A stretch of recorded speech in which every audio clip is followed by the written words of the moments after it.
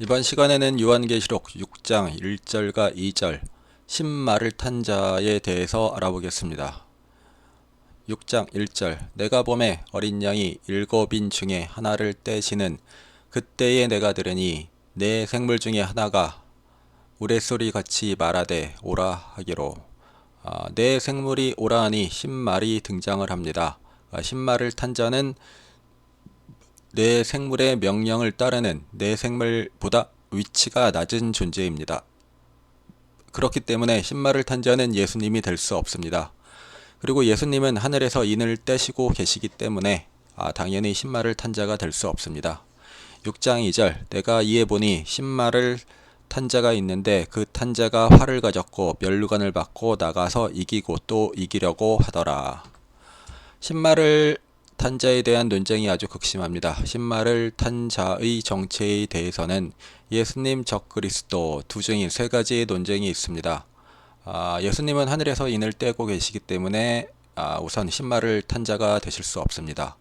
이 구절의 핵심 단어는 신말, 활, 면류관입니다. 이에 대해서 알아보겠습니다.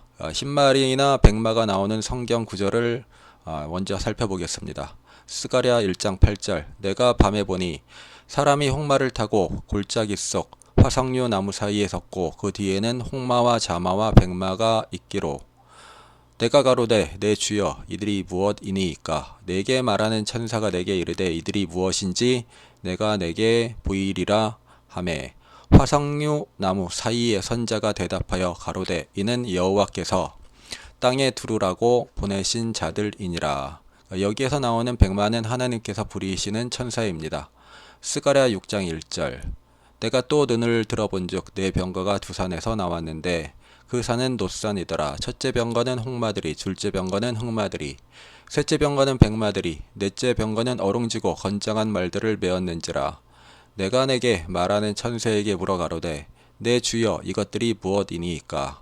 천사가 대답하여 가로되 이는 하늘의 내 바람인데 온 세상의 주 앞에 모셨다가 나가는 것이라 하더라.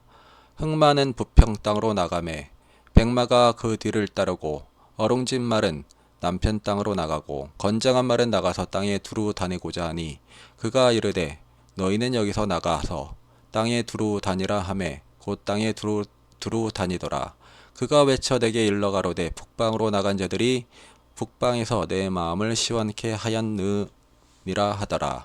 여기에 나오는 내 병거는 다니엘 7장 2절 다니엘이 진술하여 가로되 내가 밤에 이상을 보았는데 하늘에 내 바람이 큰 바다로 몰려 불더니 큰 짐승 넷이 바다에서 나왔는데 그 모양이 각각 다른 이에 나오는 네 짐승 사자 곰 표범 넷째 짐승입니다. 다니엘에 나오는 넷째 짐승이 적그리스도입니다. 스가랴에서는 백마가 세 번째로 등장합니다. 스가랴에 나오는 첫째, 둘째, 셋째 병거는 일정 지역에 있게 되고 넷째 병거만 땅을 두루 다니게 됩니다. 즉 넷째 병거가 전 세계를 지배한다는 겁니다. 넷째 병거가 적그리스도가 되는 겁니다. 그래서 백마는 적그리스도와 관련이 없습니다. 계시록 11장 19장 11절 또 내가 하늘에 열린 것을 보니 보라 백마와 탄 자가 있으니 그 이름은 충신과 진실이라. 그가 공의로 심판하며 싸우더라. 그 눈이 불꽃 같고 그 머리에 많은 면류관이 있고 또 이름 쓴 것이 하나가 있으니 자기밖에 아는 자가 없고 또 그가 피 뿌린 옷을 입었는데 그 이름은 하나님의 말씀이라 칭하더라.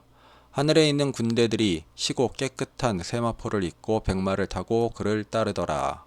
계시록에서 나오는 백마는 예수님과 하늘에 있는 군대들이 탑니다. 성경에 나오는 백마와 관련된 내용으로 신말을 탄 자를 적그리스도라고 판단할 근거가 전혀 없습니다. 계시록 6장 2절에 나오는 신말을 탄 자는 예수님이 될 수 없으므로 하늘에 있는 군대들이 될 가능성이 있게 됩니다. 활과 관련된 성경 구절을 살펴보겠습니다. 창세기 21장 20절 하나님이 그 아이와 함께 계심에 그가 장성하여 광야에 거하며 활 쏘는 자가 되었더라.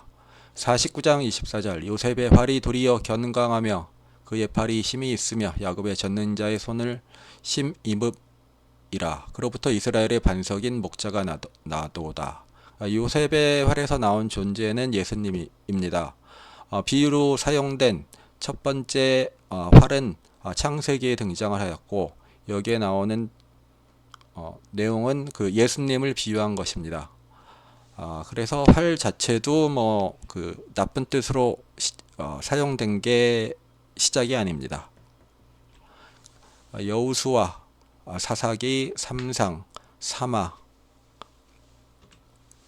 왕상, 왕하, 대상, 대하, 느헤미야, 욥기, 시편, 그 다음에 이사야, 예레미야, 그 다음에 예레미야, 에가, 에스겔, 호세야.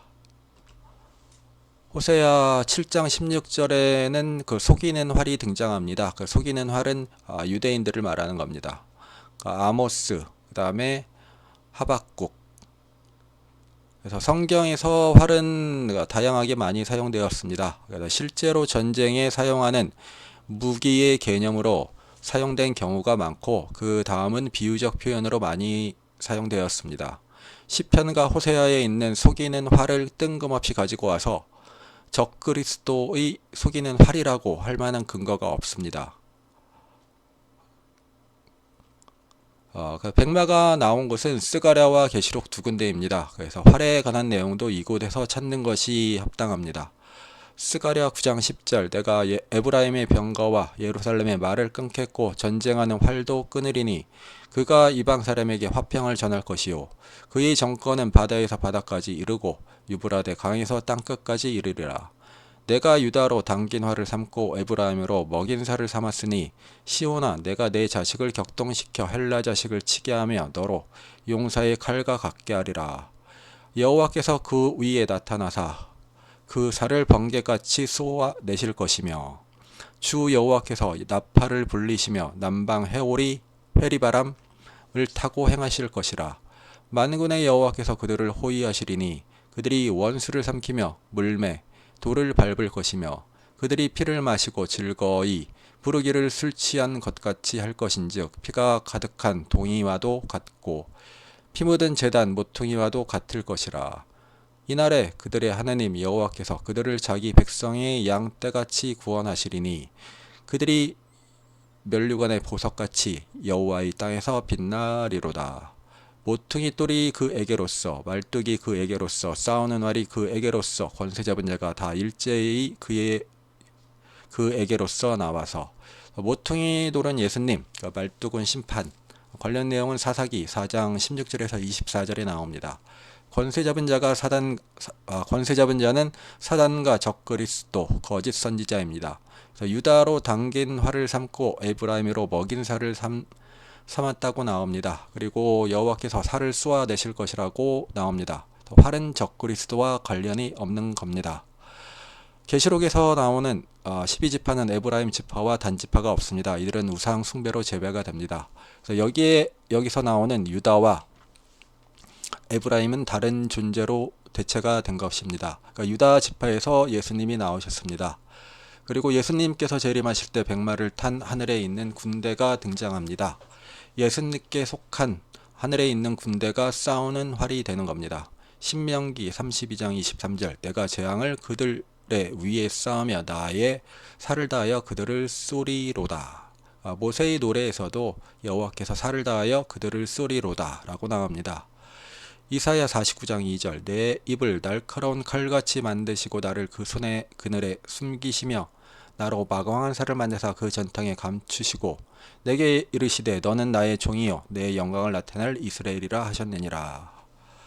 그래서 여기에 나오는 마광한 살은 예수님입니다.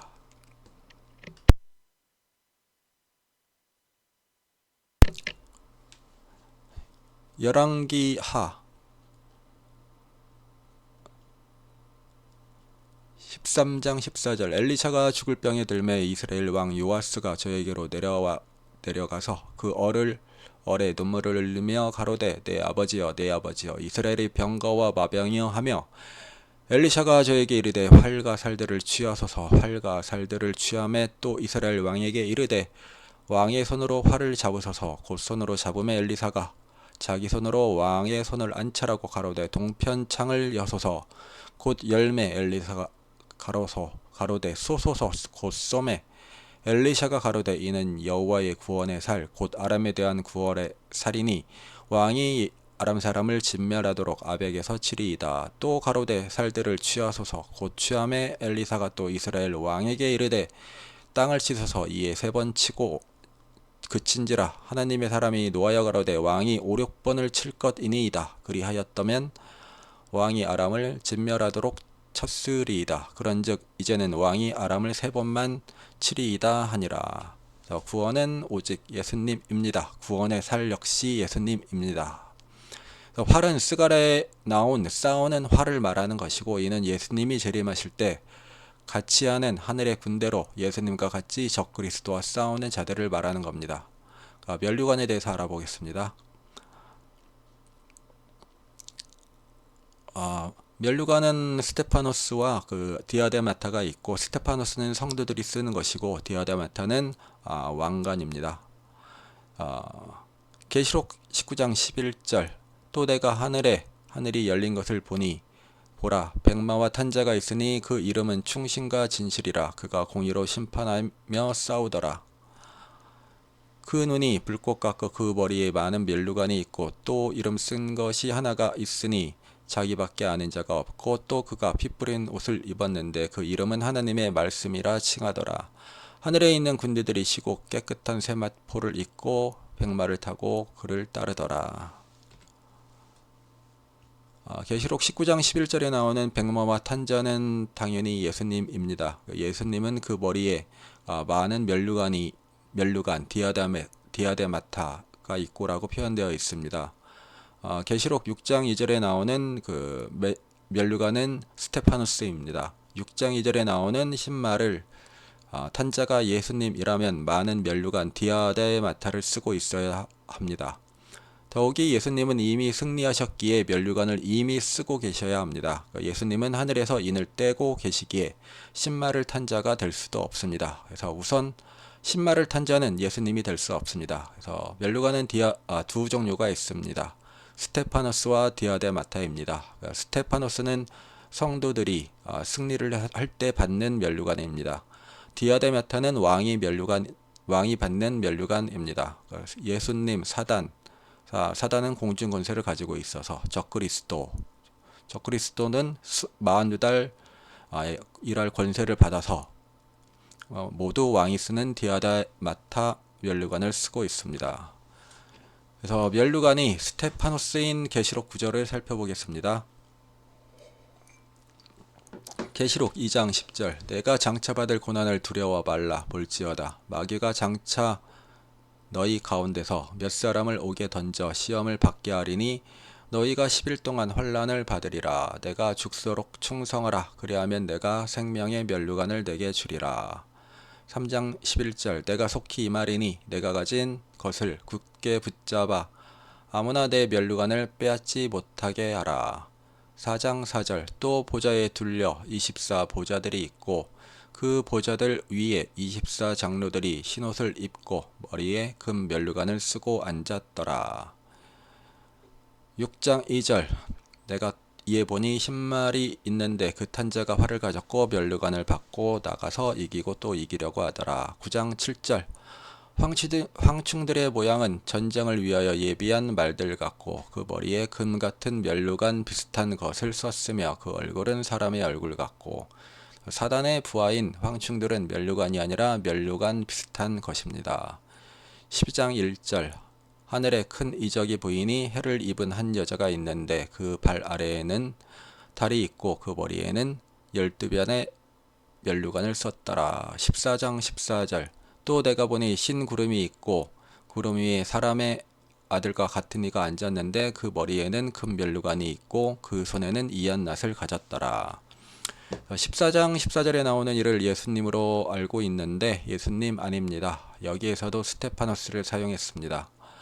마태복음 13장 38절 밭은 세상이요 좋은 씨는 천국의 아들들이요 가라지는 악한 자의 아들들이요 가라지를 심은 원수는 마귀요 추수 때는 세상 끝이요 추수꾼은 천사들이니 저가 큰 나팔 소리와 함께 천사들을 보내리니 저희가 그 택하신 자들을 하늘 이 끝에서 저 끝까지 사방에서 모으리라. 추수꾼은 분명히 천사라고 나옵니다. 그래서 스테파노스를 사용합니다. 예수님이 십자가에 매달려 죽기 전에 쓰셨던 가시 면류관도 스테파노스입니다. 부활 승천 전이므로 스테파노스 면류관을 쓰신 겁니다. 면류관이 디아데마타인 계시록 9절, 계시록 12장 3절, 하늘에 또 다른 이적이 보이니 보라, 한 큰 붉은 용이 있어 머리가 7이여 뿔이 10이라. 그 여러 머리에 7 면류관이 있는데. 계시록 13장 1절, 내가 보니 바다에서 한 짐승이 나오는데 뿔이 10이요 머리가 7이라. 그 뿔에는 면류관이 있고 그 머리들에는 참한된 이름들이 있더라. 계시록 19장 12절, 그 눈이 불꽃 같고 그 머리에 많은 면류관이 있고 또 이름 쓴 것이 하나가 있으니 자기밖에 아는 자가 없고. 위와 같이 예수님과 용 적그리스도는 디아데마타 면류관을 씁니다. 예수님은 만왕의 왕이시기 때문에 디아데마타를 쓰시고, 용은 공중 권세를 잡았기 때문에 디아데마타를 쓰고, 짐승은 42달 동안 다스릴 권세를 받았기 때문에 왕이 쓰는 디아데마타를 쓰는 것입니다. 신말을 탄 자는 스테파노스 면류관을 받았기 때문에 예수님도 적그리스도 될 수 없습니다. 신말을 탄 자가 예수님도 아니고 적그리스도 아니면 누가 남아 있을까요? 계시록 19장 14절, 하늘에 있는 군대들이 시고 깨끗한 세마포를 입고 백마를 타고 그를 따르더라. 여기에 나오는 하늘에 있는 군대들이 백마를 타고 있습니다. 17장 14절, 저희가 어린 양으로 더불어 싸우려니와 어린 양은 만주의 주시요 만왕의 왕이심으로 저희를 이기실 터이요 또 그와 함께 있는 자들 곧 부르심을 잊고 빼내심을 얻고 진실한 자들은 이기리로다.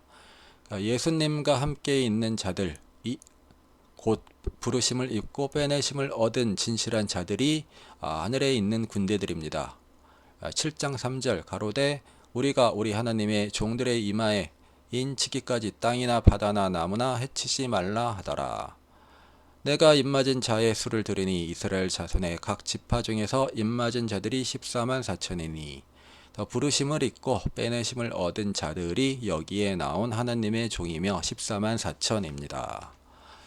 6장 11절, 각각 저희에게 흰 두루마기를 주시며 가라사대 아직 잠시 동안 쉬되 저희 동무종들과 형제들도 자기처럼 죽임을 받아 그 수가 차기까지 하라 하시더라. 하나님의 종들은 여기에 나온 동무종들입니다. 그래서 한번 정리를 해보면 하늘에 있는 군대들이 부르심을 입고 빼내심을 얻고 진실한 자들이고 하나님의 종들이 되고 그 다음에 14만 4천 동무종들이 됩니다. 그래서 첫 번째로 이렇게 정리할 수가 있습니다. 14장 1절, 또 내가 보니 보라 어린 양이 시온산에 섰고 그와 함께 14만 4천이 섰는데 그 이마에 어린 양의 이름과 그 아버지의 이름을 쓴 것이 있더라.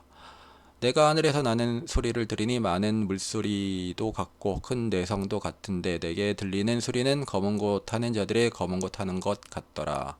저희가 보좌와 내생물과 장로들 앞에서 새 노래를 부르니 땅에서 구속함을 얻은 14만 4천 인 밖에는 능히 이 노래를 배울 자가 없더라. 이 사람들은 여자로 더불어 더럽히지 아니하고 정절이 있는 자라. 어린 양이 어디로 인도하든지 따라가는 자며 사람 가운데서 구속을 받아 처음 익은 열매로 하나님과 어린 양에게 속한 자들이니. 그래서 14만 4천은 구속을 받아 처음 익은 열매, 즉 첫 번째 부활자가 됩니다.